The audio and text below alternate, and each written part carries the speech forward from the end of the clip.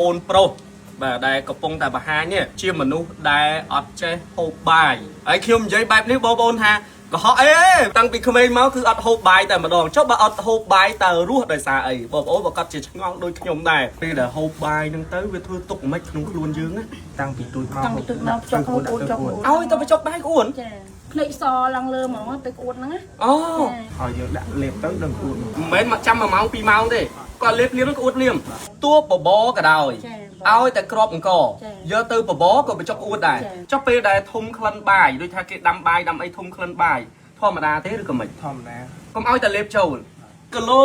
គាត់និយាយតែអញ្ចឹងឲ្យស្ងាត់លួចទៅហូបបាយណាអត់ដែរបខំអីក៏អត់ហូបបខំអីក៏អត់ហូបដែរអ្នកភូមិគេដឹងគ្រប់គ្នាអ្នកភូមិដឹងគ្រប់គ្នាពេលថាមក10យើងហូបបាយត្រូវអត់គាត់ឆុងដោះគោមួយនំប៉័ងហូបចឹងទៅជៀនប្រហិតហូបចឹងទៅហើយថាមីគោកអីយើងហ្នឹងមួយហើយចុះដូចថាយើងធ្វើមកហូបធ្វើអីគាត់មានមកហូបអីជាមួយយើងត្រូវរឿងមិនហូបទៀតតត្រូវរឿងទៀតដូចជាឆាក្តៅសាច់ឆាក្តៅសាច់មាន់សាច់ទេអីហ្នឹងហូបតែក្រៀមអីហ្នឹងយើងស្រឡាញ់កូនគេហ្នឹងហើយស្រឡាញ់នេះថាយើងត្រូវចូលស្ដីទៅដឹងគេតែម៉ែឪគេថាតអាវ៉ាអីស៊ីបាយបានមីងលើកូនស្រីឲ្យគិតមិនហូបរៀនហូបដើម្បីកូនកំងទៀតអើយហើយដល់ពេលបន្ទាប់ពីបានរៀបអង្គុលការមួយគ្នាហើយហូបទៀតពេលសំទោសបងក៏ផ្លែលេងច្រើនតិចណាដើម្បីបានសោយទេឥឡូវខ្ញុំជូនព្រេងកាឡាគេណោ3ប្រអប់ពុកម៉ែបងប្អូនដែលកំពុងមានបញ្ហាឈឺសន្លាក់ឈឺចាប់ដៃជើងឈឺក្បាលជង្គង់ឈឺចង្កេះរោយស្មារោយកញ្ចឹងកឬបងប្អូនឧស្សាហ៍ពុលទូពរលោកមានបញ្ហាសត្វអិតតិចឬខំកុំភ្លេចប្រើប្រាស់នៅផលិតផលប្រេងកូឡាកេណូជាផលិតផលសុទ្ធរបស់កូនខ្មែរចម្រាញ់ចេញពីធម្មជាតិ 100% ប្រេងប្រចាក់និងរុក្ខឱសថជាច្រើនមុខបានឆ្លងកាត់មន្ទីរពិសោធន៍និងការចុះបញ្ជីការផលិតយ៉ាងត្រឹមត្រូវជំរាបសួរពុកម៉ែបងប្អូនអរគ្នាថ្ងៃនេះខ្ញុំមានរឿងប្លែកមួយបង្ហាញជូនបងប្អូនហើយនឹងជំរាបឲ្យបងប្អូនបានដឹងថាការពិតនៅលើโลกនេះគឺពិតជាមានមនុស្សអញ្ចឹងមែនអ្វីក៏ពិតជាមានមនុស្សអញ្ចឹងមែនសោយបងប្អូនមនុស្សមិនចង់និយាយថាខ្ញុំមនុស្សគាត់ក៏មនុស្សដូចតែគ្នាទេប៉ុន្តែពិតជាមានមនុស្សអញ្ចឹងមែនខ្ញុំចង់បញ្ជាក់ជូនបងប្អូនទាំងអស់គ្នាឥឡូវហ្នឹងខ្ញុំកំពុងតែស្ថិតនៅទីតាំងស្រុកទឹកឈូខេត្តកពតបើភូមិនេះគេហៅភូមិអីបងបាទភូមិព្រៃខ្នងព្រៃខ្នងបាទឃុំព្រៃខ្នងដូចគ្នាទៀតបាទស្រុកទឹកឈូខេត្តកពតបងប្រុសឈ្មោះអីឈ្មោះតោះរីប៊ីនសូសរីប៊ីនអាយុប៉ុន្មានហើយអាយុ18ឆ្នាំបាទ18ក៏ធំដែរខ្ញុំ30ជាងខ្ញុំទូជាង18បាទចុះបងស្រីឈ្មោះអីដែរខ្ញុំរីសាសម័យអូបងប្អូនបង្កើតបាទណាបងណាបងអាយុប៉ុន្មានហើយខ្ញុំ26 18បាទអញ្ចឹងបងប្អូនបង្កើតតែ2នាក់នេះទេចុះលោកពុកអ្នកម៉ែម្ដាយខ្ញុំស្លាប់ជួយ13ឆ្នាំហើយអូម្ដាយគាត់ស្លាប់តាំងពី3-10ឆ្នាំមុនចុះលោកពុកគាត់មានគ្រូសាស្ត្រអូបាទអញ្ចឹងបងប្អូនទាំង2នាក់ហ្នឹងគឺបងប្អូនខ្មែរអ៊ីស្លាមបាទបងប្អូនអ្វីដែលខ្ញុំនឹងបង្ហាញជូនបងប្អូនទាំងអស់គ្នាឲ្យបងប្អូនបានឃើញបងប្អូនប្រុសបាទដែលមានកម្ពស់ខ្ពស់សង្ហាខ្ពស់ស្រឡះបាទហើយគេហៅទឹមពេញកំឡោះទៀតពេញយូរនៅអត់ទឹមពេញទេតែហៀនៅអញ្ចឹងកំឡោះហ្នឹងអត់ទាន់ហៀទឹមពេញទេអត់ទាន់ពេញជ្រុលឲ្យហៀនៅទេអញកាលបានហៀអត់បាទកំចាច្រើននិយាយថាកំឡោះហៀដែលលឺចាស់និយាយអូដែលលឺចឹងបានអត់ដឹងពាក្យហៀចុះដែលលឺចាស់និយាយថាកំឡោះស្ដោកទេដែលចុះឥឡូវនឹងស្ដោកនៅស្ដោកហើយច្រើនស្ដោកពេលណាឡើយឥឡូវនឹងពងស្ដោកស្ដោកហ្នឹងបានន័យថាម៉េចស្ដោកហ្នឹងបានន័យថាពេញរូបពេញរាងមើលទៅចងើគេហៅខ្ពស់ចងងអញ្ចឹងចាស់ច្រើននិយាយចឹងបងប្អូនអ្វីដែលខ្ញុំចង់បង្ហាញជូនពុកម៉ែបងប្អូននៅក្នុងថ្ងៃនេះចង់បញ្ជាក់ថាប្អូនប្រុសបាទដែលកំពុងតែបង្ហាញនេះជាមនុស្សដែលអត់ចេះហូបបាយហើយខ្ញុំនិយាយបែបនេះបងប្អូនថាកុហកអីវាមិនដែរមនុស្សណាអត់ហូបបាយឥឡូវខ្ញុំសុំប៉ែនទៀតបងប្អូនសុំទោសខ្ញុំសុំប៉ែនស្រួលមើលមុខប្អូនទាំងពីរនាក់បន្តិចបាទអញ្ចឹងអ្វីដែលខ្ញុំបានឮពីបងប្អូនអ្នកស្រុកអ្នកភូមិជ chia về xe bong đà ra và bong bong còn chia squall bong đà ra nơi khang tập thui và quạt ra tha hẹn ra ngày nào mua ban một tập chú mơ máu tèo ôn mua ở trên xi bái rồi cùng nó ấy cũng ở trên hộp bài không ấy tôm bài đứa còn mấy còn thà ớt ấy mà nơi nắng ơi ta đã bài cuột tăng vì không ai máu cứ ớt hộp bài tại mà đòn chốt bà ớt hộp bài tờ ruột đời xa ấy bỏ ôi và cắt chỉ ngon đôi nhom này người chấm xua mà từ căn bon ra chốt bỏng ba mà đôi ớt hộp bài ruột đời xa ấy bà này tha có hộp chấm này xinh con tái có lược lên tại bài mà một cột bài để dương rồi ngày hộp tu tư dương đâm bài hộp nữa cứ hộp ọt bàn thì ôi tại hộp cứ quạt có uất rồi bà men ọt à lấy xua sầm mây luôn men có họ nhom tha ọt hộp bài đập pe là nghe lá ngặt ấy lui hộp bài hay chơi tại có họ đâm bây giờ cho nạp vào đó mấy mền tên không bay mền tên ọt hộp bài mỏng ấy rùa đây xa ấy không lấy trên đây ấy trên đây mon này tia này nôm pang nôm bay thì ô răng chắp chia đấy hộp sạch cô sạch ngon ấy เกรียม ประเภทซัดประเภทนมประเภทยำบ้านบ้าให้ชอบได้หกใบสะระบองหกใบเด้อให้ชอบไม่มันเนี่ยนะเคแพบยังทาอ้อยแต่หกใบอวด ពីទូចមក ទូចមកតាំងពីទូចមក ចង់ចង់អួតខ្ញុំចុកម៉ាក់មិនចុកតែនៅតែអួត ចុកអួត ចា ចាប់ញ័រទៅ គាត់តែបើឃើញប្អូនអួតយើងអាណិតយើងឈប់ចុកតាំងពីពេល ឲ្យទៅបញ្ចុកដៃអួន ចា អញ្ចឹងកាលពីតាំងពីក្មេងមក ចាទូចមក6ខែមកយើងនៅក្នុងក្មេងយើង6ខែយើងចាប់ដើមចុកធ្វើបធ្វើអីឲ្យហើយអត់ហូបចុកទៅមកតែអួតមកចង់ភ្នែកសឡើងលើហ្មងទៅអួតហ្នឹងណា អូ ដល់ពេលយើងក៏ឈប់ចុកឡូវតាំងឡូវមក តួបបក៏ដោយឲ្យតែក្របអង្គយកទៅបបក៏បញ្ចុកអួតដែរ ចា បាយក៏អួតដែរ ចា បញ្ចុកទៅអួតមកវិញហ្មង ភ័យភ្នែកសអញ្ចឹងយើងភ័យនំនេះភ័យអញ្ចឹងទៅហើយមានប្អូនប្រុសតែមួយយើងនំនេះភ័យទាំងអស់គ្នាអញ្ចឹង តាំងពីអាយុ6ខែនោះ ចា6ខែមក អូអញ្ចឹងចេះធ្វើពុតតាំងក្មេង ពុតមិនពុតអត់ដឹងអត់ហូបហ្មង អត់ហ្មងហ៎ ចាចា អញ្ចឹងមិនមែនបានន័យថាដឹងក្តីហើយបានឈប់ហូបបាយមិនមែនទេគឺតាំងពីតូចដាក់ទៅគឺក្អួតតែម្ដងតែបើទឹកដោះអីអត់អីទេ អត់អីធម្មតា ហើយចុះដែរសាកលបងយកបាយហ្នឹងទៅកិនឲ្យម៉ត់កុំឲ្យមានជាក្របជាក្របអង្គហ្នឹងដែរអត់ អត់ដែរធ្វើ តែក៏ដឹងថាយើងបបសហ្នឹងក៏បញ្ចុកទៅក្អួតដែរ ចាចា ជាបាយក៏ក្អួត អួតបបអួត ហើយបើតាមប្អូនជាបងគាត់បកើតបងស្រីដែលធ្លាប់មើលថែទាំប្អូនអញ្ចឹងចង់និយាយថាបញ្ចុកបាយប្អូនប្រហែលដងដែលឃើញប្អូនក្អួតតាំងពីតូចមក 3 ដងដែរហើយទៅលេងចុករហូតទៅ លេងបញ្ចុកឲ្យហូបអីវិញ ហូបទឹកដោះអីទៅ ទឹកដោះអីចំណៃចំណុកផ្សេងទៅ ចា៎ ហើយចុះពេលដែលក្រុមគ្រួសារគេដាំបាយហូបបាយជុំគ្នាដោយគ្រួសារទូទៅពេលព្រឹកពេលថ្ងៃពេលល្ងាចហ្នឹងប្អូននឹងគាត់ហូបអី អត់ហូបអីហូបដល់ហើយលេងធម្មតាលេងធម្មតាហូបអីនំកញ្ចប់នំអីចឹងធម្មតាទៅអត់មានហូបបាយគេហូបបាយលេងទៅធម្មតាឯងអត់មានហូបទេបាយមួយក៏ហូបយើងហូបតែក្រុមគ្រួសារចឹងលេងតែឯងចឹងទៅហើយលេងចឹង អឺ ចា ហើយចុះដល់ឥឡូវ ដល់លើក៏ចឹងណា ឥឡូវអឹមទៀតអឹមអី អីហូបនំហូបនំប៉័ងហូបអីចឹងទៅ ហើយចុះមិញថាឥឡូវក៏នៅអញ្ចឹងអញ្ចឹងខ្ញុំសួរឥឡូវមានអីអឹមកាលនៅពីក្មេងយើងមានទឹកដោះអឹមបាទចុះដល់ពេលឥឡូវអត់ទេ ទៅដល់គោ អូហើយចង់អឹមទៀតអត់អត់ មានអីអឹមតែម៉ាក់លេង តែតិចទៀតបានអឹមខ្ញុំចង់និយាយថាតិចទៀតហ្នឹងយើងនឹកឃើញចង់ទៅទិញទៅដោះគោទិញអីហ្នឹងយើងអឹមបានហើយហ្នឹងទៅគិតដល់ណា ដោះគោមានផ្ទះមានស្រាប់ អូតែមានស្រាប់អញ្ចឹងនៅអឹមម្ដងម្កាលដែរឈើអឹមស្មានណា អត់ម្ដងហេវ ហេវទៅថាម៉ោងបាយយើងថាម៉ោងមិន10យើងហូបបាយត្រូវអត់ បាទ គាត់ថងដោះគោមួយនំប៉័ងហូបចឹងទៅជៀនប្រហិតហូបចឹងទៅហើយថាមីគោកអីយើងហ្នឹងមួយ ហើយចុះដូចថាយើងធ្វើមហូបធ្វើអីគាត់មានមហូបអីជាមួយយើង ត្រូវរឿងមិនហូបទៀត តត្រូវរឿងទៀត ដូចជាឆាក្តៅសាច់ ឆាដៅសាច់មាន់សាច់ទេអីហ្នឹងហូបតែក្រៀមអីហ្នឹងហូបថា អូបាក់ចំម៉ា ដូចថាស្លអីអត់ចេះទេត្រីអីក៏អត់សូវចេះដែរ មិនចឹង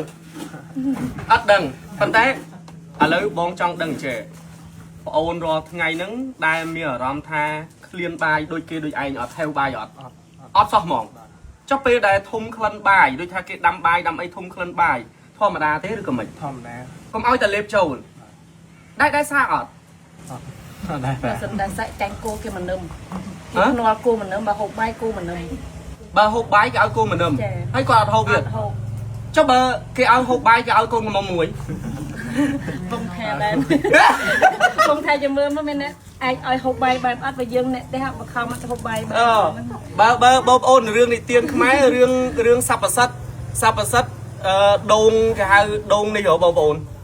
អីដូងអីគេហៅផ្លេចបាត់រឿងសัพពសិទ្ធអ្នកណាធ្វើឲ្យកូនកំមុំសទ្ធិនឹងនិយាយបានគឺគេនឹងលើកកូនកំមុំសទ្ធិនឹងឲ្យបាទដល់ពេលហើយមានណាបាទចៅសัพពសិទ្ធនឹងធ្វើឲ្យកូនកំមុំនឹងនិយាយបានដល់ឥឡូវមានកូនកន្លោះនារីកំមុំណាធ្វើឲ្យកូនកន្លោះនេះញ៉ាំបាយបានគេនឹងលើកកូនឲ្យនិយាយលេងណាបងប្អូនបាទធម្មតាតានាមទម្លាប់នៅខ្មែរយើងគឺប្រុសចូលទៅដឹងស្រីមែនទេបាទអញ្ចឹងមិនមែនដូចខាងស្រីទេបើថាខាងស្រីនិយាយថាមិនដែលចេះហូបបាយកូនកន្លោះណាអាចធ្វើឲ្យកូនស្រីគេហូបបាយបានគេលើកកូនឲ្យនឹងវាត្រូវប៉ុន្តែយើងខាងប្រុសបាទមកញ៉ាត់គេលើកកូនឲ្យអត់ចេះហូបបាយអញ្ចឹងណាតែខ្ញុំគិតថាល្អវិញដឹងល្អមិនអត់សល់អង្គស្រួលចំប៉ុន្តែបងសួរមិញលេងសើចខ្លះណាតែបងសួរមែនតើចាំនិយាយថាពេលដែលហូបបាយហ្នឹងទៅវាធ្វើទុកមិនក្នុងខ្លួនយើងណា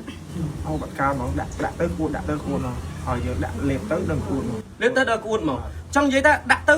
កាពះយើងហ្នឹងវាដោមកវិញហ្មងវាមិនមែនធ្វើឲ្យយើងឈឺក្បាលវិលមុខឬក៏ថប់អីអត់ទេ ហើយយើងដាក់បាយចូលដល់ក៏លេបទៅគួតចេញយកមកកាលឲ្យបាយ មិនមែនមកចាំ1ម៉ោង2ម៉ោងទេគាត់លេបលៀមក្អួតលៀមមើលមានណាមានបាយសំសាកតិចមើលចង់ឃើញក្អួតហ្នឹងស្លើភ្នែកហ៎ កាន់តែស្លើអត់អី กับទីតែឡូវដែលយើងដែរហេតុឲ្យខ្សែហូបហ្នឹង បើថាមានអញ្ចឹងច្រើនគ្នាស្រួលដែរសងអង្គប៉ុន្តែបងស្រីអត់អីទេ ចាអី គ្រួសារតែមួយពោះតែមួយបាទតែបងអូនញ៉ាំបាយបានធម្មតា ធម្មតា ខាងនេះគឺអញ្ចឹងហ្មងយើងដឹងទៅលាប់អញ្ចឹងហ្មង ពីកំពុងណា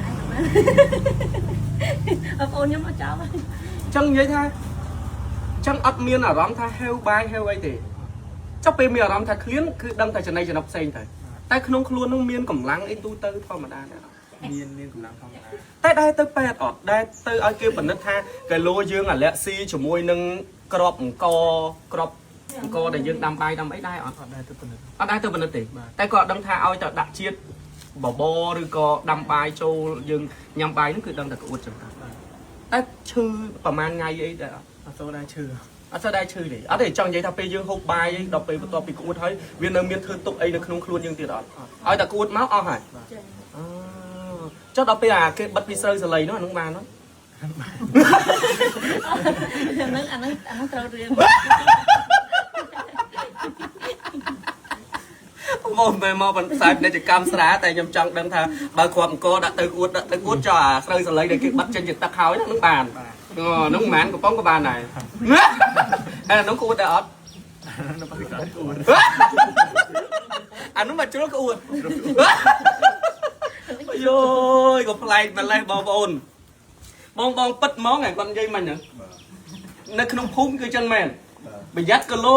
គាត់និយាយតែអញ្ចឹងហើយស្ងាត់លួចទៅហូបបាយណា đây một không mấy cả không បើខំមិនក៏ទៅហូបដែរ អ្នកភូមិគេដឹងគ្រប់គ្នា អ្នកភូមិដឹងគ្រប់គ្នាហើយដល់អញ្ចឹងគេអត់លើកកូនឲ្យគ្រប់គ្នា ខ្ញុំនៅរៀន អូខ្ញុំចេះនិយាយលេងណាបងណានិយាយលេងក៏ប្លែកលេងខ្លះហើយប៉ុន្តែ រៀនសិកោងបានអ្នកសិកោងគេដឹងគេដឹងតគ្នាពីមិត្តភក្តិមួយក៏មិនគេជឿគ្រប់គ្នាថាជឿថាណាចេះអត់ហូបម៉ៃមិនចេះហូបអីគេ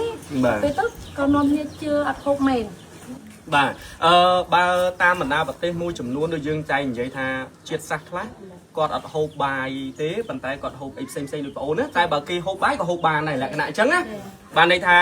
គេហូបនំប៉័ងឬក៏គេញ៉ាំចំណីចំណុកអីគេមិនសូវនិយមបាយទេប៉ុន្តែបើគេចង់ញ៉ាំបាយគេញ៉ាំបានដូចតែយើងដែរហ្នឹងពេលដែលទៅហាងអីគេកំងអីប្រភេទ steam rice អីចឹងទៅបាយយើងធម្មតាអញ្ចឹងទៅគេហូបបានអត់មានក្អួតទេតែដល់ពេលបងអូននេះ គឺគាត់ហូបទៅក្អួតចង់និយាយថាឲ្យតែដាក់ទៅគឺច្រាលមកវិញដាក់ទៅច្រាលមកវិញអញ្ចឹងតាំងពីក្មេងបាទតាំងពីដឹងក្តី 6 7 ខែដែលអ្នកផ្ទះនឹកឃើញថាធម្មតាក្មេងយើងត្រូវបញ្ចុះបបរពេល 6 7 ខែអញ្ចឹងណាបន្ថែមបបរខ្លះអីខ្លះបាយខ្លះអីចឹងទៅប៉ុន្តែបែរតែជាប្អូនប្រុសនេះគឺតាំងពីនៅទីរក់តែម្ដងគឺដាក់ឲ្យតែដាក់បាយដាក់បបរចូលទៅគឺដឹងតែក្អួតស្លើភ្នែក ចឹងហើយទើបធ្វើឲ្យអ្នកផ្ទះហ្នឹងគឺឈប់បញ្ចុករហូតដល់ឥឡូវអាយុ18ឆ្នាំអត់ដែលហ៊ានប៉ះបាយឬក៏បបអីទេបងប្អូនដែលធ្វើឲ្យគាត់ក្អួតអញ្ចឹងហើយសុខចិត្តយកចំណីផ្សេងមកជំនួសអញ្ចឹងយើងអាចនិយាយបានថាគាត់មិនមែនមិនចូលចិត្តបាយទេតែហូបអត់កើលក្ខណៈចេះយើងនិយាយសួរស្ដាប់ណាតែចុះបើឧទាហរណ៍គេយើងអង្គហ្នឹងទៅកិនជាម្សៅចាក់នំគ្រោះឬក៏បាញ់ឆាវឧទាហរណ៍ថាអាហ្នឹងមិនចេញពីអង្គដែរបាទគេយកទៅកិនអាហ្នឹងយើងហូបកើតអត់ ទុំទៀតទុំហូបឡូវដែរនឹងហូបពី3ឆ្នាំហើយទុំចេះហូបពី3ឆ្នាំហើយនឹងគ្រូនឹងនំឆាវទុំចេះហូបអូពីមុនក៏អត់ដែរតែឥឡូវថ្មីហ្នឹងបានចេះហូបបាញ់ឆាវហូបអីហ្នឹងចាយ៉ាងយូរដែរគេហូបយ៉ាងនៅយ៉ាង11 12អីគេហូបនំឆាវនំអីទៅបានហូបនំឆាវគាត់នំញ៉ែទិញនំឆាវឲ្យហូបធម្មតាចឹងតែដល់ថ្ងៃណាអត់ចង់ហូបធុញទៅហូបនំប៉័ងមីហើយចុះសម្រាប់ប្អូនតែត្រូវជាបងស្រីបកើរបស់គាត់គិតថាស្រួលអត់ចឹងប្របែកដែរហ្នឹងអត់ហូបបាយដល់ពេលយើងដល់ទៅឃ្លៀងអីទៅទិញខ្លួនឯងឥឡូវបងសួរជារឿងសួរមែនតើហើយក៏ដូចជាថាកំ pl ៃលេងចុះបើឧបមាគេនិយាយយើងស្រឡាញ់កូនគេហ្នឹងហើយស្រឡាញ់និយាយថាយើងត្រូវចូលស្ដីតដឹងគេតែម៉ែឪគេថាតើអាវ៉ាអីស៊ីបាយបានមីងលើកកូនស្រីឲ្យគិតមិនអូរៀនហូបដើម្បីកូនកំមុំគេអើយតួក្អួតក៏ដោយឲ្យតែបានកូនកំមុំគេអូដើម្បីស្រីអូចឹងអូនម៉ែបង្ខំអូសុកចិត្តក្អួតឲ្យតែគេលើកកូនឲ្យអូហើយដល់ពេលបន្ទាប់ពីបានរៀបអង្គុលការមួយគ្នាហើយ